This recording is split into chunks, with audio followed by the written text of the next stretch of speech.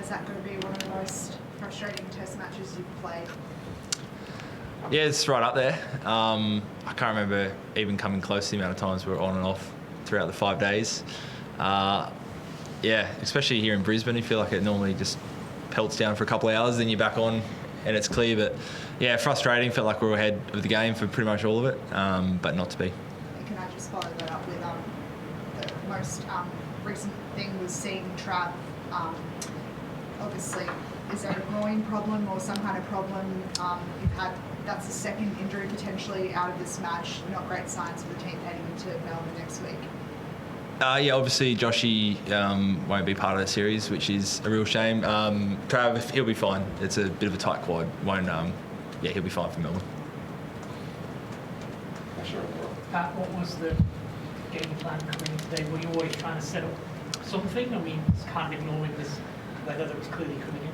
Yeah, it's really hard to predict the weather, as we found out this week. But yeah, always trying to look to set up a game. Day 5 wicket felt like there was plenty of wickets there on offer. So just trying to get a bit of a total and then try and kind of line up, have enough overs to take those 10 wickets. But yeah, the number in your head always kind of keeps changing as the weather does. Was there any thought of opening with Travis and Alice Carey? Yeah, there was. We kind of thought of a few different ideas, and then we landed on just letting the openers do their thing. Just that innings and the way that it played out, like, is that one that you think that the top order can kind of just put out of their minds because it was a unique situation and sort of different to, I guess, the first innings, or is the fact that Ashwin's obviously taken a lot of wickets that might cost something that does hang around? I think that one you can dismiss. Really proud of everyone going out there and trying to win the Test match. We're big on buying into a game plan and a style, and they all went out there with good intent. Day 5 wicket as well, it's really tricky. So they're right up against it. But today I wasn't looking too much. It was more about trying to get ourselves to a number rather than trying to preserve wickets. And just in terms of the Josh situation, I mean, clearly they're sort of two separate injuries, but it's got to be very frustrating for him and I guess difficult for you as a team collective when you obviously rate him very highly as a bowler, but you needed a bit. Yeah, it's really tough. It's kind of been the story of outside of last summer, the last few summers. I think the extra layer to that is he's probably one of the most disciplined professional, sports people you'd ever meet. The way he trains and prepares and goes about, when he's at home, he's in the gym every second day, or every day doing whatever it needs to take to try and minimise injuries. So I think that's an extra kind of blow, knowing how much he's put into his body over the last few years to try and play as many Test matches as he can. It's one of those ones, you can't really predict, but we value him. Unfortunately, he'll miss this series. Don't know when exactly he'll be right to go again, but again, even in the little snippets you've seen this series, how much we rate him, how much of an impact he can have. Pat, Ravichandran Ashwin has just announced his retirement in the middle of the series. What do you make of this decision from him, and how do you assess Ashwin's contribution to Indian cricket generally? A bit of a surprise. He's obviously been a fantastic player, all around the world, really. There aren't too many finger spinners that have that kind of longevity. So, he'll go down as one of the all-time greats. Always a fantastic competitor. I had a lot of battles, against him over the years, here in Australia as well, over in India. Just a massive respect from our change room to the career that he's had.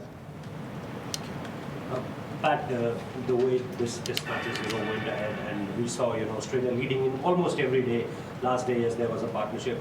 The body language 24 hours ago, Indians were a little ahead. It's looking like, and you guys were looking at if just weather went our way that we can win this Test match. How does the mentality means? What are you carrying from here to Melbourne? Because everyone is saying that momentum-wise, it's India now. Do you think that Australia missed the chance to carry the momentum from Brisbane to Melbourne? Yeah, can't say I've ever been scared of momentum. Don't really care about that. I think we can take a lot from this week. A couple of great partnerships. To be sent in on a wicket and score 450, and then being bowler down and managing to bowl India out for 250. When the the conditions were probably a little bit better, I think we can take a lot from that. So, it's been a good week. As I said, unfortunately we missed so much time for rain, but a lot of positives. Pat, just how you and Mitch are, I guess, after bowling like the bulk of the overs and innings with Josh Bowell, and like how important is Mitchell Marsh's contribution going to be in Melbourne, given you only got 2 overs here? Yeah, we're feeling really good. It was hot yesterday, but we'd had about 7 days or so off bowling after Adelaide, so we were fresh, we were ready to go. And if anything, the rain breaks actually helped us get a little bit of breaks yesterday. So kind of went in thinking we'd need a lot more from Mitchie Marsh, but felt like we got enough breaks, so he was kind of not needed as much. And also a bit of an eye to the second innings that we had a fresh, brand new ball would have lent on Mitchie a lot to try and take those 10 wickets in the second innings. So no, we're feeling really good. Like every Test match, you pick your 4 bowlers you think you're going to mainly use, and it's always a bonus having some all-rounders. So I suspect we'll call on Mitchie at some stage in the next couple of Test matches to kind of get us a breakthrough or two when we need it. And just to follow that up, sorry, as far as you're concerned, you expect that you and Mitch Stark both be able to play the last 2 Tests unchanged? Nothing. Yeah, I mean, nothing's for certain, but see how we pull up. But I think today we're both fine, so I can't imagine that changing. So yeah, we're good to go. It was hot yesterday, but in terms of physically outside of that, we're all good. Pat, just on numbers alone, the form of the top 3 has been a little bit of a talking point. Is that a cause for concern for you, or how would you assess their form? I think everyone's always hoping to score more runs. I think the trend in world cricket, pretty much all around the world, is the top 3 is a really hard place to bat at the moment. Particularly here in Australia, the wickets are tough. I think there's little snippets that have been important. So again, that first innings today, Trav walks in, it's 35 overs into the game. I think that makes a big difference. Same in Adelaide. So obviously I'd be hoping to score more runs. Would like him to score more runs, but I think they have made some important contributions that others have benefited from. Darren Lynn was on the ABC yesterday suggesting that George Bailey is too close to the players. Do you have any view on that assertion? Yeah, I do. I don't know how that could be true. I think there's so much more to picking a side than just looking at kind of the internet. So I think going on with really strong philosophies, working with players, of course the most important thing is you do stay objective, and I think the selection panel are amazing at that. They've made some really bold calls over the last couple of years in all formats, probably bolder than I'd seen other selectors make over the previous years. So they've never been shied away from a tough decision. I think what George brings to the role is amazing, and I think you'd hear that from the guys in the side, but you'd also hear it from state guys and everyone outside it as well. You mentioned before about Trav coming in at 35 over mark, and that kind of happened in Melbourne too, right? Is that blueprint, is that working for you guys? Are you guys happy that that's the best way to kind of go about things?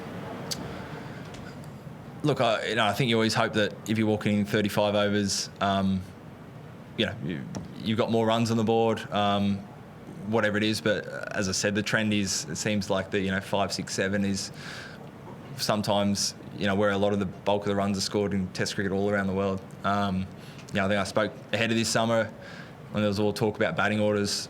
Were pretty, didn't really want to move our 5, 6, 7. They've been so important to many of our wins over the last couple of years. So, we're not kind of beholden to stats. We know there are certain roles. There are easier times to bat, harder times to bat, just like bowlers. So you're kind of always looking at the best 7 batters who you think are going to function as a unit and place them as best as you can. Does that make sense? Last one. Just wondering how Nathan McSweeney's holding up. Do you speak to him about that? Will you guys give him a whole series to get through this? He's had one good knock, but outside of that, it's been pretty slim pickings. Yeah, look, I think the selectors will get together tonight or tomorrow, and you pick the squad for the next couple of tests. But it's been really hard for the opening batters, you know, for both sides really. I've been really impressed with the way he's gone about it. You know, even today, someone starting out his career still being selfless enough to go out there and try and play shots rather than just trying to, you know, preserve and get a score. So, yeah, really impressed with him. Again, hasn't probably scored the runs that he would like, but he's played some important knocks that have set up you know, a win in Adelaide and a really good result here. Thanks, Aaron. Thanks.